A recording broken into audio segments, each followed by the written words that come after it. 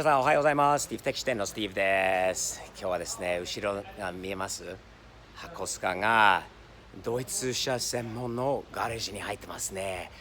昨日はうちの息子に車を貸したんですよね。彼は水泳しているんで競泳の選手なんですけど、昨日の練習に、意外とこの水泳チームなのに車好きな子が多いんですよね。その車好きな子がそのチームにあって、たまにもう朝から朝練の時に厩舎を集めて、みんな厩舎でこう一緒に写真撮ろうと、ちょっと練習終わった後ドライブでもしようと。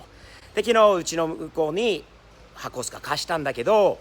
帰ってこれなかったんだよね。なぜかというと、突然電話入って「パパ、ちょっと車動かなくなった」って、もうオイル漏れしちゃって車が動かない、どうしたらいいと。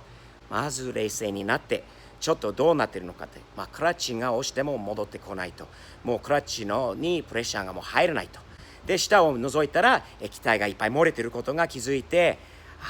おそらくそのクラッチのシリンダー、日本語で何て言うのかな、スレーブと上のマスターとスレーブともあるんだけど、その部分がダメなんじゃないかなと思って、しょうがないから積載車レッカー頼んで、知り合いのドイツ専門店のお店なんだけど、このジャーマンオートスペシャリストシミバレーにあるこのお店に車を持ってこさせたんですね。で、やっぱりね、車に、クラッチの関連のトラブルがありますね。今から直すんですけど、とりあえず信用できる、お店に車持ってこないと。この部分ですね、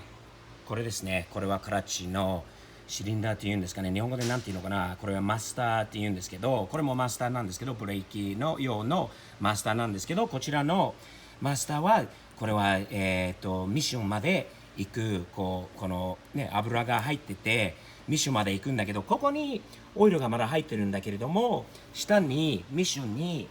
ついてるこの部分で、ちょっと暗いから分かんないかもしれないけど、ここにある部分でオイル漏れしていますね。そこから出てきたので、下とこの上も両方を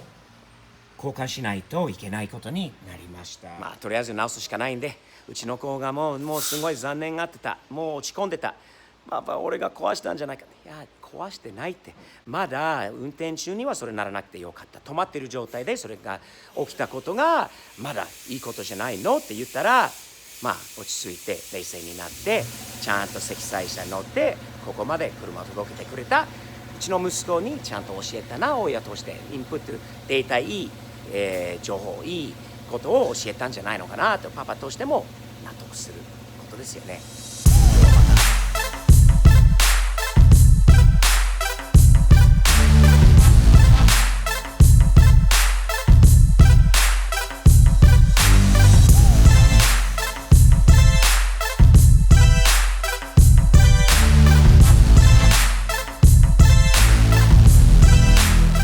箱スカが壊れて、うちの息子が壊して2日目、冗談ですね。車の下をしばらく覗いてないので、これ一つのきっかけにして車の下も覗きたいと思いますね。他に多分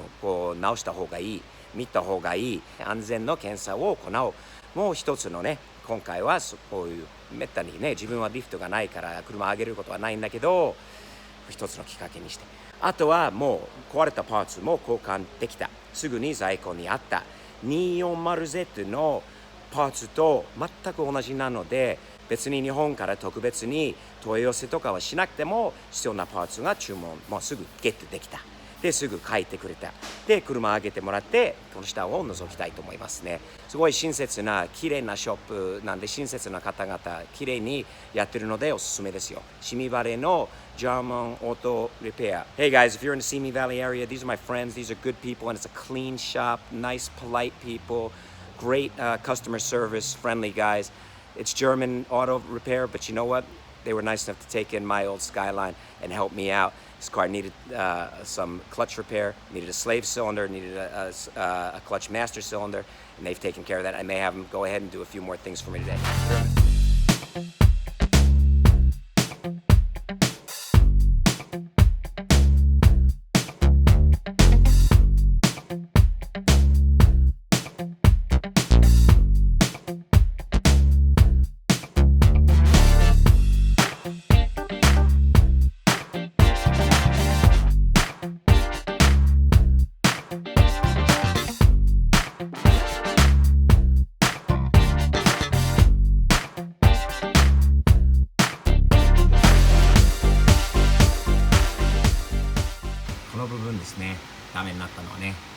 ミッションに、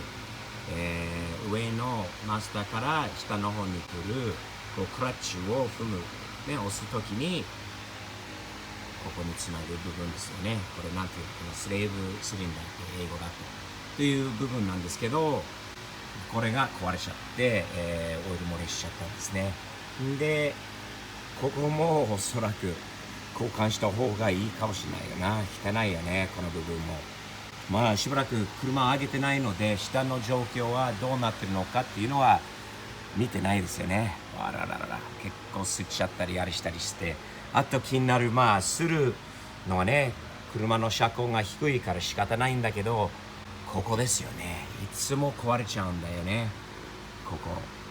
溶接しても何をしてもこれがよく壊れる、また壊れそうな部分ですよね。